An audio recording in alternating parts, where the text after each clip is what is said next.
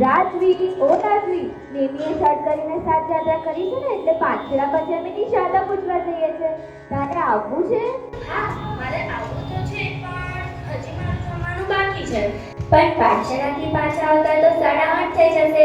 તો શું તું આટલું મોડું જમીશ? એમાં શું વાંધો છે? હવે ક્યાં પહેલા જેવું છે કે ઘરમાં લાઈટ ના હોય એટલે રાત્રે ખાવામાં તકલીફ પડે. હવે તો ફૂલ લાઈટમાં ટીવી મોબાઈલ જોતા જોતા જમવાની કેવી મજા આવે. મજાની લાઈટ. અને લાઈટમાં કોઈ જીવડા હોય તો દેખાઈ જ જાય ને. રાજવી એવું ના હોય. સૂર્યાસ્ત પછી સૂર્યપ્રકાશની હાજરીમાં વાતાવરણમાં દેખાતા ન દેખાતા અસંખ્ય જીવો પેદા થાય. એ જીવો ખાવા દ્વારા આપણા શરીરમાં જાય. તેથી તે જીવોની હિંસાનું પાપ તો લાગે છે, સાથે આપણા શરીરમાં કેટલીય બીમારીઓ ઘર કરી જાય છે.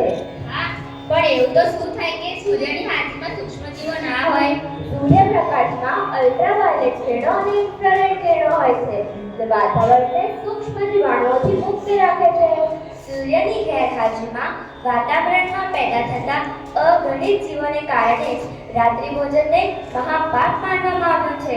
એટલે જ તને કીધો છે નરકનો નેશનલ હાઈવે. તને ખબર છે કે જ્યારે સૂર્ય મધ્યાહને હોય છે ત્યારે આપણી ઇન્ટેસ્ટાઇન કમળની જેમ ખીલેલી હોય છે. તો એ દરમિયાન આપણે જે પણ ખાઈએ એ બધું પચી જાય છે. પણ જેમ જેમ સૂર્યાસ્ત તરફ દિવસ આગળ વધે છે તેમ તેમ હોજરી પીડાઈ જાય છે અને આપણે જે સૂર્યાસ્ત પછી ખાઈએ એ બધું ચરબીમાં પરિવર્તિત થાય છે અને બહુ બધી બીમારીઓને આમંત્રિત કરે છે. એટલે જ કહ્યું છે કે એકાંતના યા આંબેલ કરવું જોઈએ. આ વસ્તુને ધ્યાન રાખતા આપણા નિઝામપુરા સંઘમાં તોરલ કાકી અને મિહિર કાકા વર્ષોથી આંબેલ કરે છે. જાણકાર ડોક્ટરો પણ દિવસ દરમિયાન જ ઓપરેશન કરે છે. રાત્રે જો ઓપરેશન કરે તો બેક્ટેરિયાથી શરીરમાં ઇન્ફેક્શન થવાની શક્યતાઓ વધી જાય છે.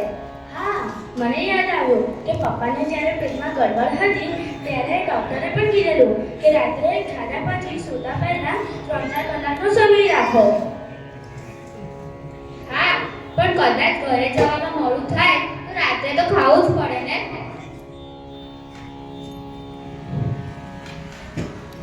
રિયા, તને ખબર છે સુરત, મુંબઈ, અમદાવાદ જેવા શહેરોમાં ઘણા શ્રાવકો ચોગિયાર હાઉસમાં ચોગિયાર કરીને પ્રભુની આજ્ઞાનું પાલન કરે છે.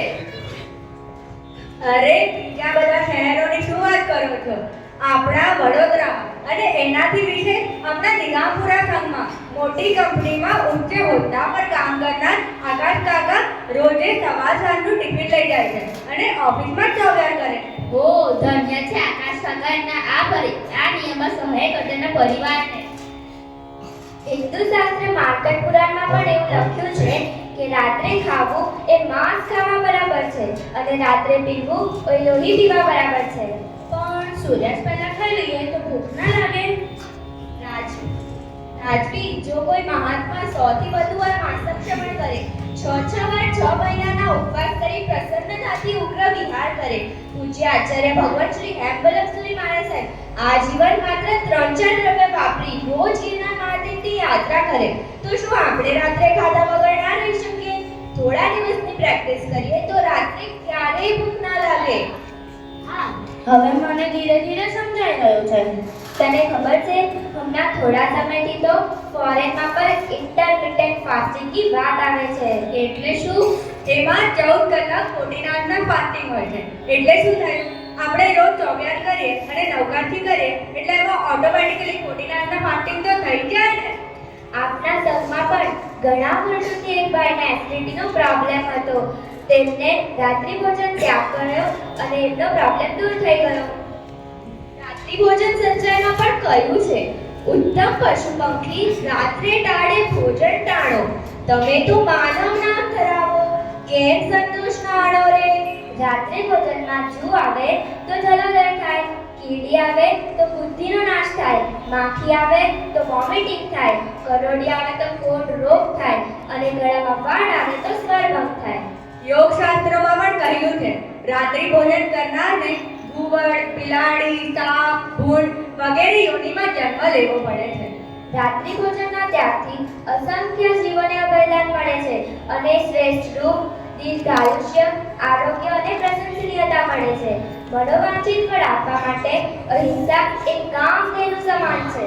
જે પુણ્યાત્મા રાત્રે સંપૂર્ણ આહારનો ત્યાગ કરે તેમને 1 મહિનામાં 15 ઉપવાસનું ફળ મળે છે.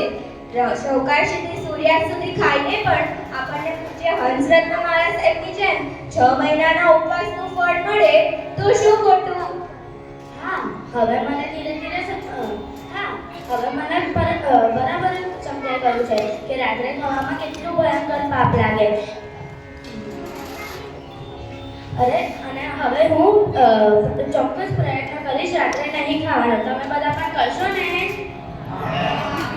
ડોક્ટર, સાયન્સ, ફોરેનર કે બીજા કોઈ શાસ્ત્રને સાંભળીને આ બધું સમજાય એના કરતાં મારા પ્રભુએ લાખો કરોડો વર્ષો પહેલા પોતાના કેવળ જ્ઞાનના પ્રકાશમાં જોઈને રાત્રે ન ખાવાની જે વાત કરી એ પરમ તારક પરમાત્માના વચનો ઉપર શ્રદ્ધા રાખીએ તો અવશ્ય આપણા આત્માનું કલ્યાણ થાય.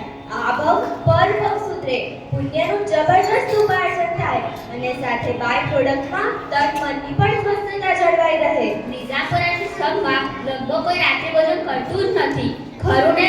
અને કદાચ અજ્ઞાનતામાં અત્યાર સુધી કોઈ રાત્રિ ભોજન કરતું હોય તો આજે આ શાસ્ત્રોના વચનોને જાણીને આપણે જેટલું બને એટલું રાત્રિ ભોજનનો ત્યાગ કરવાનો પ્રયત્ન કરીએ.